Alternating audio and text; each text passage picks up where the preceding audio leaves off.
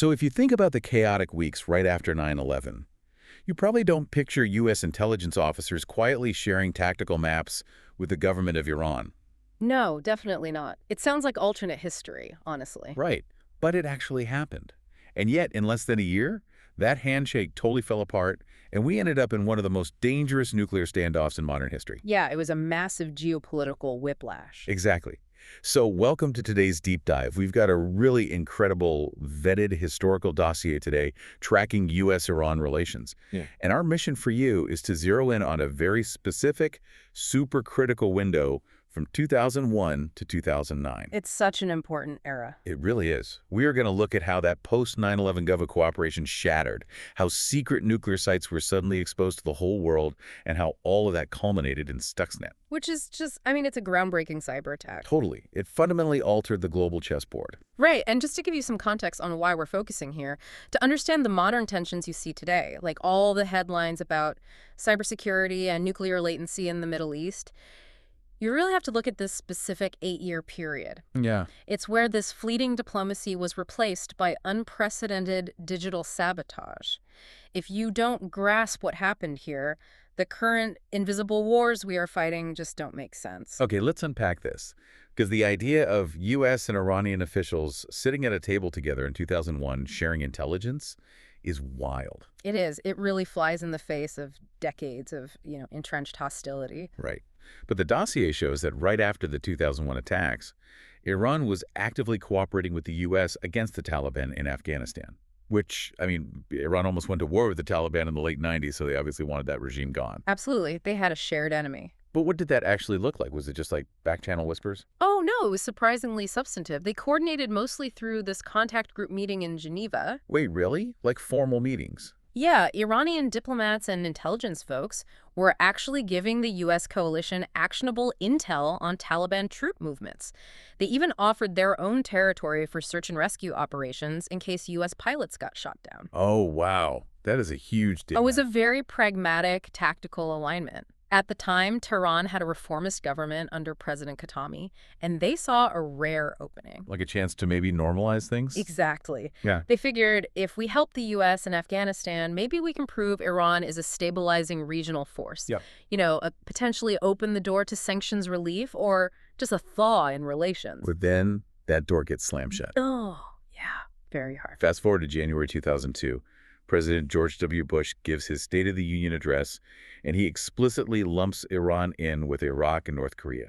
He calls them an axis of evil. Right, on global television. Yeah. Wait, so they were actually coordinating behind the scenes, and then suddenly they're labeled the ultimate enemy for everyone to see. It's like extending a handshake under the table while throwing a punch above it. Did that public shaming just ruin everything? What's fascinating here is how the historical consensus views that exact moment. We aren't judging the policy itself, but looking at the effects that address was essentially a fatal blow to the reformist faction in Iran. Because it made them look foolish for trusting the U.S. Exactly. The hardliners in Tehran had always argued you can never ever trust the United States. So for them, that speech was pure vindication. I mean, I can see how they'd spin it that way. Right, because when a U.S. president categorizes your nation as an axis of evil to a geopolitical audience, they don't just see that as rhetoric. They see a definitive signal of hostility, maybe even regime change. So it effectively just froze all that cooperation. Completely. It reinforced this deep-seated mutual mistrust. Tehran basically concluded that their survival depended on deterrence, not diplomacy. Yeah, man, that sets a really dark stage for what happens next. It really does. Because just a few months later, in August 2002, the floor drops out. Yep. The press conference. Right. An Iranian exile group, the MEK, holds a press conference in Washington, and they expose two massive secret nuclear projects in Iran. Natanz and Arak. Yeah, a uranium enrichment site in Natanz and a heavy water project at Arak. But wait, if these are massive industrial-scale sites, how did the CIA or Israeli intelligence miss them? Well, that's actually a point of historical contention. Oh, really? Yeah, I mean, the U.S. had been monitoring suspect procurement networks for a while, but finding the exact physical coordinates of an underground bunker, that's notoriously difficult. Oh, sure. I guess you can't just see it from a satellite if it's buried. Exactly. The exile group had specific human intelligence on the ground, but really, regardless of who leaked it, the revelation completely shifted the dynamic. It went from a regional dispute to a full-blown global non-proliferation crisis overnight. Because now the world sees they have the infrastructure for a possible nuclear weapon. Right. And it had been totally off the radar of international inspectors. Okay, let's break down the mechanics here, because the dossier points out that Natanz and Arak are actually two completely different pathways to a bomb. Yes, very different. Let's start with Natanz. They said it housed thousands of centrifuges for uranium enrichment. Walk us through that. Like, why do you need thousands of them? So, to build a basic nuclear weapon, you need fissile material. One way is uranium-235, which is highly unstable, perfect for a chain reaction. Okay. The problem is naturally occurring uranium is mostly uranium-238, which is useless for a bomb. Gotcha. Less than 1% of natural uranium is the U-235 you actually want.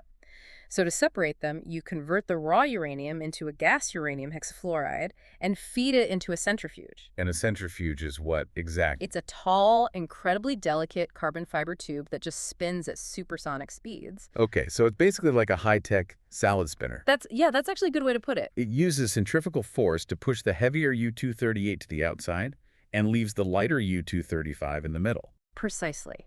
But here's the catch. A single centrifuge only enriches the gas by a tiny fraction of a percent. Oh, so one isn't enough. Not even close. You have to pipe that slightly enriched gas into the next centrifuge and the next and the next in these massive interconnected chains called cascades. Wow. To get to the 90% enrichment level you need for weapons-grade material, you need thousands of these machines running perfectly in sync for months, maybe years. And finding Natanz proved they were building exactly that. Yes. It showed they had the blueprint for highly enriched uranium. But then there's Arak, the heavy water project. You don't need centrifuges for that one, right? Yeah, completely different process. So how does a heavy water facility give you a bomb? Well, heavy water is used as a moderator in certain nuclear reactors. Normal water slows down neutrons to sustain a reaction, but it also absorbs a lot of them. Heavy water has an extra neutron in its hydrogen atom, so it doesn't absorb the free neutrons. Okay, and why does that matter? Because it allows the reactor to run on natural, unenriched uranium. Oh, which means you bypass Natanz entirely. You completely bypass the enrichment bottleneck. And here's the really critical part. As that natural uranium burns inside a heavy water reactor, the spent fuel creates a byproduct, plutonium-239. And plutonium is the other way to make a bomb. Exactly. Arak was essentially a backdoor to a plutonium weapon. Man. So what does this all mean? Well, Because the dossier is very careful to distinguish between having the capability to enrich material and actually deciding to build a bomb. yes, that is a vital distinction. It's like finding out your neighbor has stockpiled all the highly combustible ingredients to build fireworks.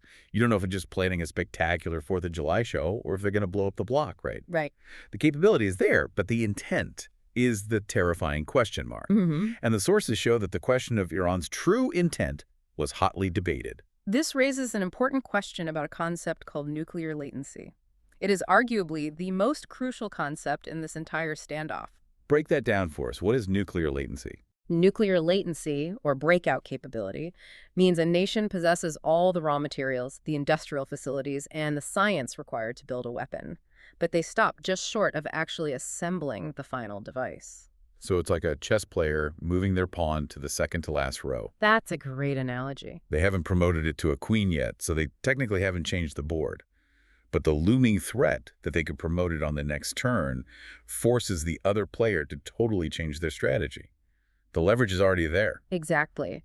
The threat of a shortened breakout time, meaning the time it would take to make enough material for one bomb, forces the world to treat that nation with extreme caution. They get the power of a nuclear state without crossing the ultimate red line. Right, without inviting a full-scale military invasion. But for the U.S. and Israel in 2002, exposing Natanz and Arak meant this wasn't just a theoretical debate anymore. Because the physical capability was real, they had to assume the worst about the intent. Precisely. They were looking at an immediate crisis. Okay, but here's something I don't get. We have this huge exposure in 2002, but Stuxnet, the cyber attack on Natanz, doesn't happen until around 2007. Right. That's a massive 5-year gap. What on earth was happening during that half-decade? Why did it take so long to respond? Well, those 5 years were essentially exhausted diplomacy. The EU3, Britain, France, and Germany, they led intensive negotiations, and they actually managed to get a temporary suspension of Iran's enrichment. Temporary being the key word. Yeah. The core dispute was totally unresolved. The U.S. demanded zero enrichment, while Iran insisted they had a sovereign right to a civilian program under the Non-Proliferation Treaty. So they were just talking in circles. Basically. And then by 2005, the formus Khatami was out, and the hardliner Mahmoud Ahmadinejad came into power. He promptly resumed uranium enrichment at Natanz. Okay, so diplomacy hits a brick wall. Put yourself in the shoes of U.S. or Israeli intelligence. You look at military options, but a conventional war, sending bombers to destroy Natanz. Unbelievably risky. Right. Because Natanz is buried deep underground. It's heavily fortified with reinforced concrete. You'd need a massive sustained bombing campaign. And that almost certainly triggers a regional war. Hezbollah probably launches rockets into Israel. The global oil supply gets choked off in the Strait of Hormuz. And you probably just incentivize Iran to kick out all the inspectors and build a bomb in secret anyway. You're stuck between doing nothing and starting World War III. That binary choice, do nothing or start a war, is exactly why they needed a third option. They needed a weapon that didn't exist yet. Exactly. A surgical strike to physically degrade the nuclear infrastructure, buy time for diplomacy, but leave absolutely zero fingerprints that could justify a military retaliation. Here's where it gets really interesting. Oh, absolutely. Because between 2007 and 2010, they deploy Stuxnet, this highly covert cyber campaign targeting Natanz. And we aren't talking about hackers just stealing files or defacing a website. No, not at all. Before this, hackers crashed computers. Stuxnet was like sending a ghost into a machine, an invisible piece of code that sneaks into a physical factory and secretly commands the machines to literally tear themselves to pieces. Here's unprecedented. But let's look at how they even did it. Natanz was air-gapped. Right, completely disconnected from the global internet. You can't just send a phishing email to a centrifuge. How does code cross into an underground bunker? It requires incredibly sophisticated supply chain infiltration. If you can't use the internet, you use a human vector. Like a spy. Sort of, but unwitting ones. The intelligence agencies mapped out the external contractors, the engineers, the maintenance companies that serviced Natanz. Oh, wow. They infected the laptops and digital tools of these outside contractors. Yeah. So the virus just hitchhiked. All it took was one engineer plugging a compromised USB drive into an internal computer at Natanz, and bam, it crosses the air gap. The ghost is in the machine. So once Stuxnet is inside, what does it do? Because it didn't just crash Windows, it was hunting for something very specific, wasn't it? It was hunting for programmable logic controllers, or PLCs, specifically ones manufactured by Siemens. What's a PLC? They are the industrial computers that govern physical machinery. They open valves, regulate temperatures, control motor speeds. Stuxnet ignored everything else on the network until it found the specific PLCs controlling the centrifuges. And then what? Once it infected those, it quietly rewrote the code governing how fast the rotor spun. And like we said earlier, those carbon fiber centrifuges are incredibly delicate. They have to operate at perfect frequencies. Exactly. Stuxnet would arbitrarily command them to spin up to dangerous speeds, putting massive strain on the rotors, and then suddenly command them to slow down. Just jerking them around. Yeah. This erratic oscillation caused the tubes to physically warp, wobble, and ultimately tear themselves apart, completely destroying the machines and ruining the uranium gas. But wait, if the machines are tearing themselves apart on the factory floor, how did the operators in the control room not see it? Couldn't they just hit the emergency shutoff? That is the most insidious part. Stuxnet didn't just break the centrifuges, it actively spoofed the monitoring systems. You're kidding. Like a movie. Just like a heist movie. The code recorded exactly what normal, safe operations looked like. When the malware initiated an attack, it played back that normal data to the control room. Oh my God. The operators saw green lights, steady frequencies, perfect pressures. The physical destruction was completely masked by digital deception. That is terrifying. By the time they realized what was happening, the damage was done. And honestly, the human operators just questioned their own competence or the quality of the equipment. They didn't even suspect a cyber attack at first. A weapon that destroys physical infrastructure and covers its own tracks with fake data.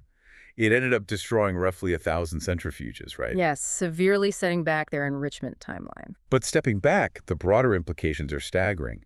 Before Stuxnet, there was this conceptual firewall between digital espionage and physical damage. A virus lived in data.